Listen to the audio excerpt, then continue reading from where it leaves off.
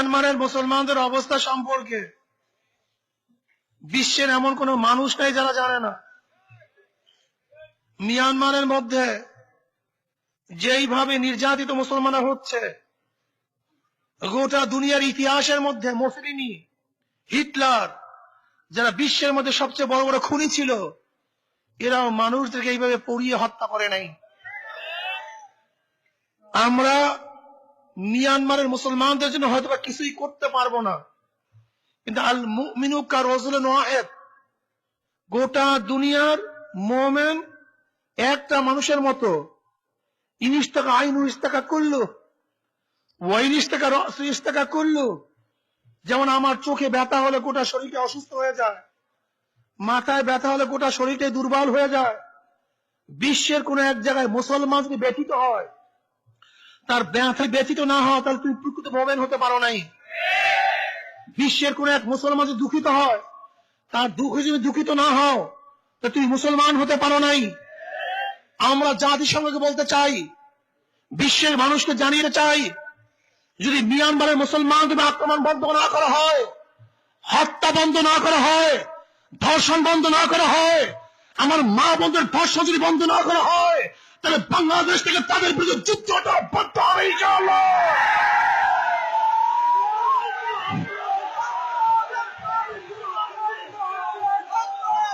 ভাইয়ের আমার,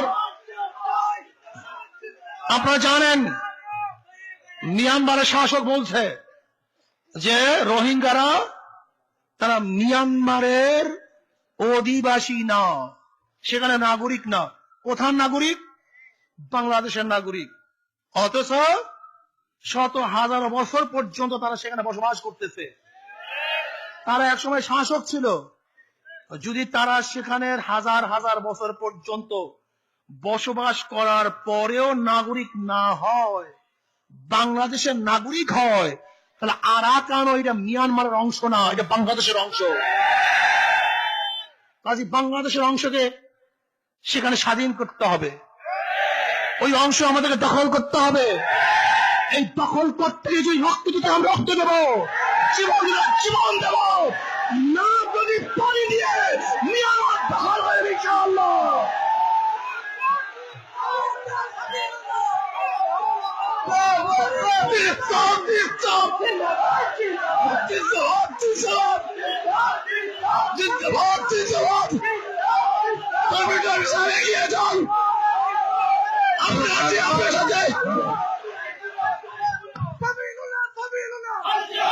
ভাইয়ের আমার, আপনারা জানেন মুসলমান শিয়ালের কোন বংশধর নয়। মুসলমান পিছনে ফিরতে পারে না, মুসলমান কোন হুঙ্কারে ভয় পায় না, মুসলমান তাদের গুলি পিঠে লাগে না, তাদের গুলি বুকে লাগে। মুসলমান তাদের অবস্থা সামনে কথা জানো না।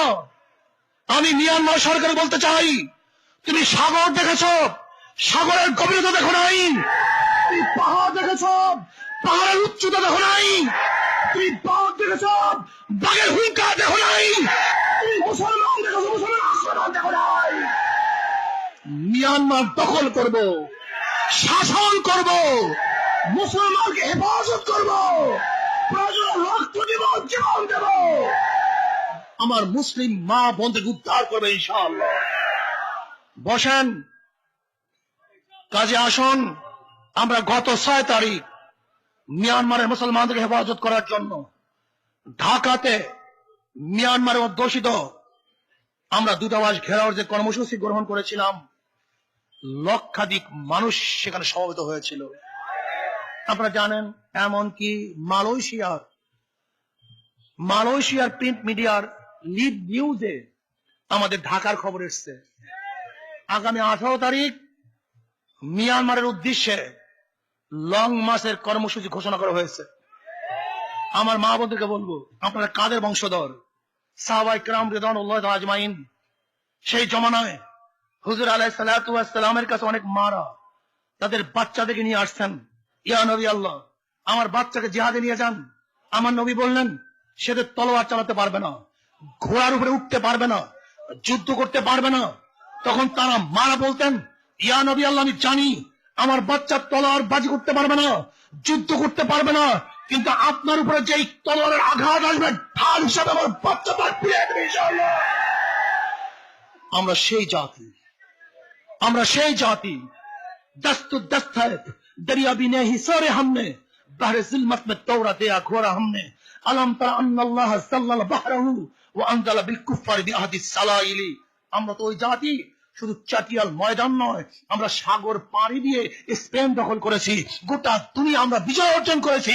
প্রয়োজন আমরা মিয়ানমার দখল করব, না আপনাদের পানি দেবে ইনশাআল্লাহ, সাঁতারের পানি দেবে ইনশাআল্লাহ। কি রাজি আছেন ইনশাআল্লাহ?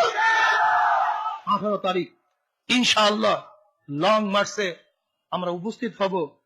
আমাদের সমাগম দেখে, আধিক্য দেখে গোটা দুনিয়ার মুসলিম জাতি নয়, গোটা দুনিয়ার মানুষের নজর পড়বে।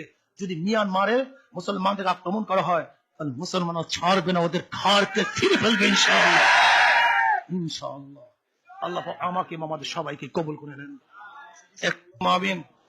আল্লাহ তুমি মিয়ানমারের মুসলমানকে হেফাজত করো, আল্লাহ গোটা দুনিয়া মুসলমানকে হেফাজত করো, চেচনিয়ার মুসলমানকে হেফাজত করো, বসনিয়ার মুসলমানকে হেফাজত করো, কাশ্মীরের মুসলমানকে হেফাজত করো, বাংলাদেশের মুসলমানকে হেফাজত করো।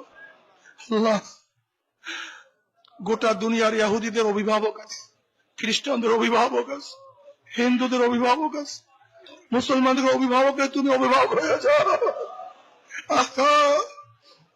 তুমি আমাদের অভিভাবক হয়ে যাও, আমাদের সবাইকে হেফাজত করো। 18 তারিখে লং মার্চকে হেফাজত করো, কবুল করে নাও।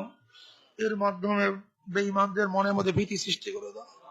সুবহান রাব্বিকা রাব্বিল ইজ্জাতি আম্মা ইয়াসিফুন ওয়া সালামুন আলাল মুরসালিন আলহামদুলিল্লাহি রাব্বিল আলামিন।